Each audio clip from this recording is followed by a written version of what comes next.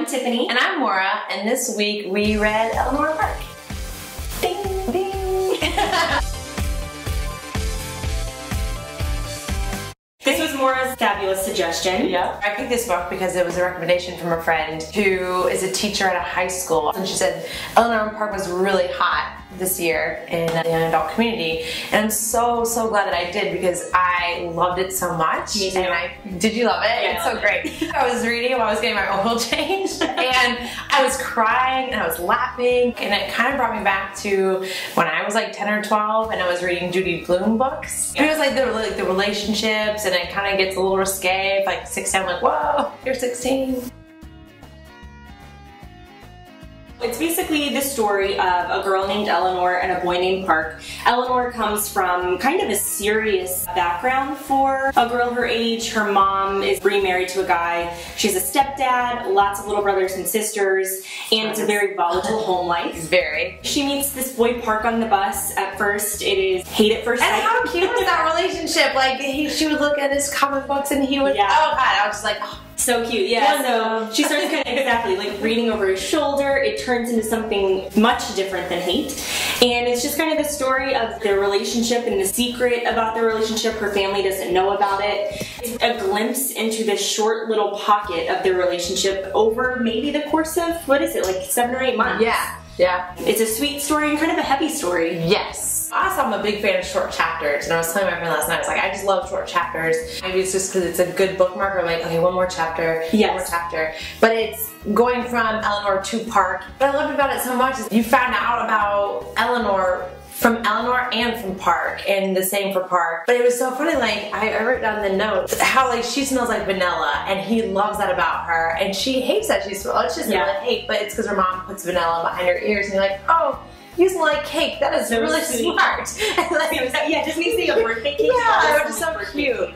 Or like why she wears weird clothes, and he kind of like talks about that a lot, but like she doesn't really. She never mentions that she has scars on her hands and weird stuff in her hair, which is kind of weird. She mentions her jeans, like she's unhappy with her jeans, yeah. They're holy and old and this kind of stuff, but she doesn't, you're right. It's so, I think, integral to who she is. Yeah, and she doesn't talk about it. Yeah, it's not conscious for her. Yeah, which is so funny. What I liked about the book, and I feel like I'm ripping off John Green, but I will. I saw this in the bookstore myself, and on the back he says, Eleanor and Park reminded me not just what it's like to be young and in love with a girl, but also what it's like to be young and in love with a book.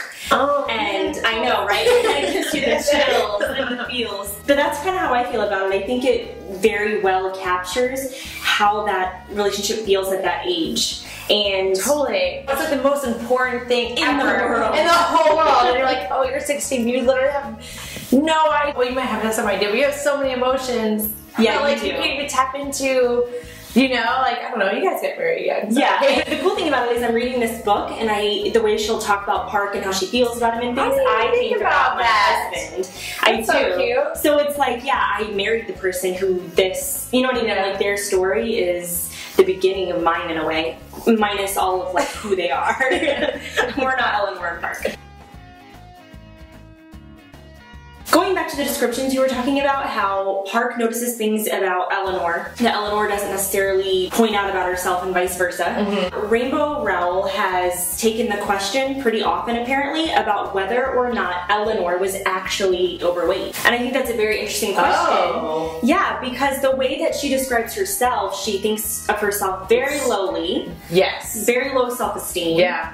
But then when Park, like when he sees her in her gym clothes, he thinks she's so sexy. Yeah, he equates her to like Betty Boop, which like Betty Boop is like Jessica Rabbit before Jessica Rabbit. Yeah, you know, that is true. So I didn't know do you think she was actually overweight? I think, and I wrote this down. And I was telling this earlier. Like, if I grew up as poor as Eleanor did, I would probably be Eleanor growing up. Like I mean, the red hair is fake, but I had like curly hair and I was chubby and I literally had little boy hands. I like laughed when I saw that in the book because I was like, oh, that is me. He's describing little boy hands. That's me. Let's kill the self-hate. I think she's probably not as skinny as like girls are when she's 16, but I don't think she's probably overweight. I think she's probably at a really good weight, which she should be. She's not eating anything. Right. She says she's very witty and clever, but she's so insecure that you almost don't believe that she says the stuff that she says. From Park's point, because she's told Park, you make me feel like a cannibal, and I was like,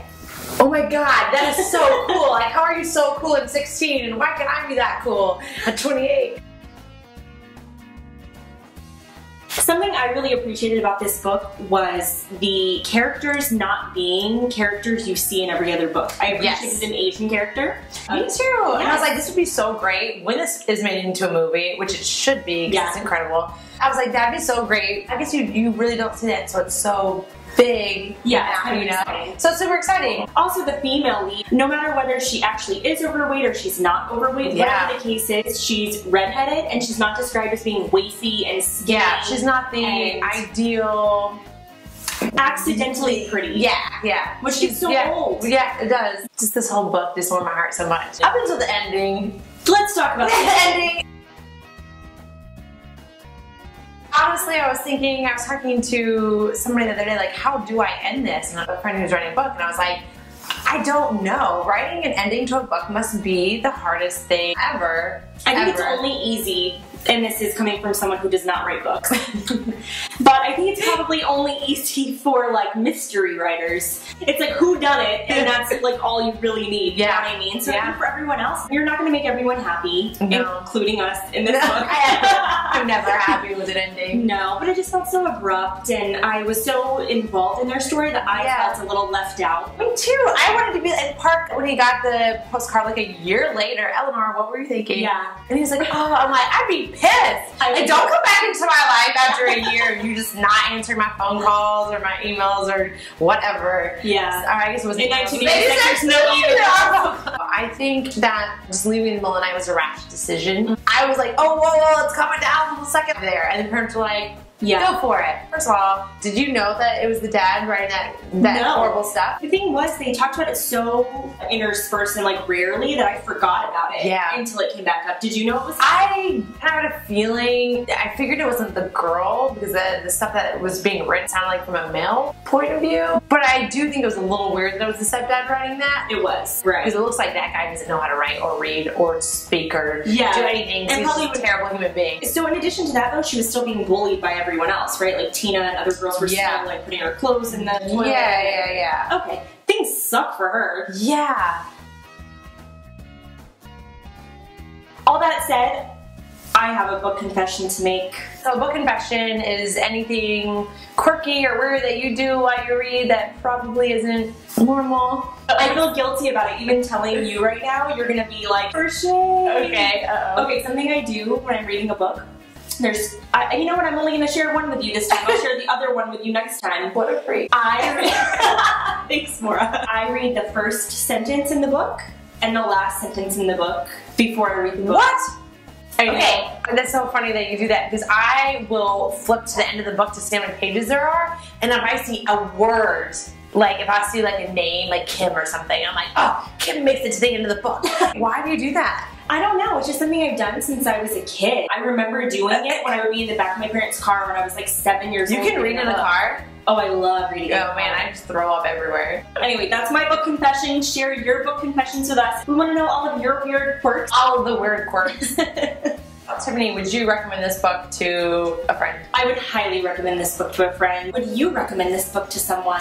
I would, and it's funny, I wrote on my Facebook page that I was like, oh, I'm reading this though, and the girl was like, I have never ordered a book off of Amazon just from some person randomly talking about it on Facebook, but this is my first. And I was like, let me know when you finish it and tell me how much you love it, because I know that you will. I would definitely recommend it. Thank you guys so much for joining us for Go Read a Book. We've had a great time. The next book we're going to read is going to be Maze Runner by James Dashner. We are also going to be having a very special guest on the show. His name is Ki-Hong Lee, friend of yours. Friend of mine. So subscribe to our channel, follow us on Instagrams or Twitter or anything like that. Goodreads, you know where to find us. I'm Tiffany. And I'm Moira. Go read a book. Go read a book. Use a doctor's